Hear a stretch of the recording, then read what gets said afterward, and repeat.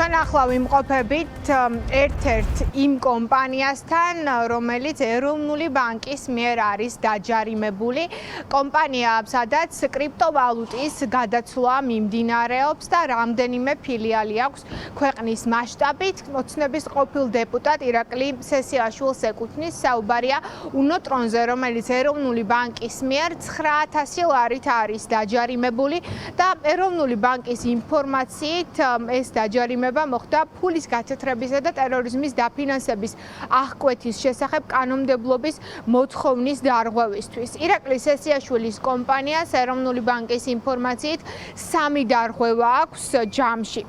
ეროვნული ბანკი ასევე განმარტავს თუ რატომ განხორციელდა დაჯარიმება. ფინანსური მონიტორინგის სამსახურის მიერ არის დადგენილი სპეციალური მოთხოვნები კრიპტობაზარზე მომუშავე კომპანიებმა გარიგებების შესახებ ინფორმაცია უნდა აღრიცხონ, შეინახონ და შემდეგ მიაწოდონ ფინანსური მონიტორინგის სამსახურს. სავარაუდოდ სწორედ ამ მოთხოვნის დარღვევის შედეგად აღმოჩნდა კრიპტოვალუტის ბაზარზე მომუშავე 13 კომპანია ეროვნული ბანკის მიერ ჯარიმების ქვეშ. ამ 13 კომპანიას შორის არის სწორედ ერთ-ერთი ოცნების ყოფილი დეპუტატის ირაკლი სესიაშვილის კომპანია, რომელთანაც ვცადეთ დაკავშირება და პასუხების მოსმენა, თუმცა სესიაშვილმა უარი თქვა ჩვენთან საუბარზე და ასევე 13 კომპანიას შორის არის ბიზნესმენ პაპაშვილების კომპანიაც Whitebit Georgia, რომლის ნახევარსაც ფლობს ველოდიმირ ნოსოვი, დანარჩენ ნახევარს კი ძმები პაპაშვილები ინაწილებენ.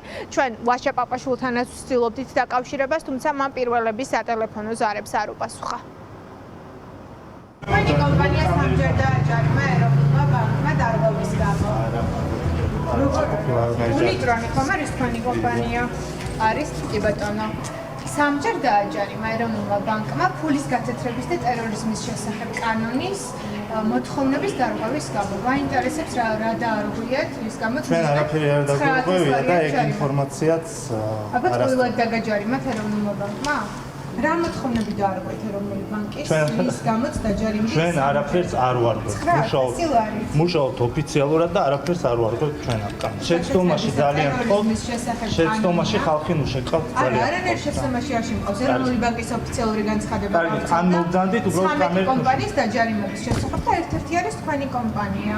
არ ვიცი, რა დარიცხვის შესახებ ინფორმაცია არის ეროვნულ ბანკში? ჩვენ ვერ გაგცემთ მაგაზე პასუხი. თქვენი კომპანია ეროვნულმა ბანკმა დაასანქცირა, როგორც ნახეთ, 9,000 ლარით.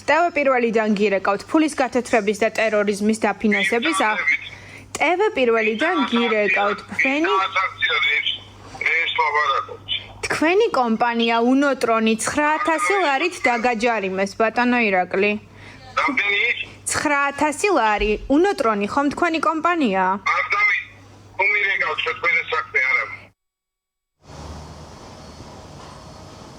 ეროვნულმა ბანკმა ჯამში დააჯარიმა 13 კომპანია ვირტუალური აქტივების მომსახურების, ანუ კრიპტოვალუტის გადაცვლის კომპანიებზეა საუბარი და ცენტრალური ბანკისვე განმარტებით ეს არის ფულის გათეთრების და ტერორიზმის დაფინანსების აღკვეთის შესახებ კანონმდებლობის მოთხოვნების დარღვევის გამო დაწესებული ჯარიმები.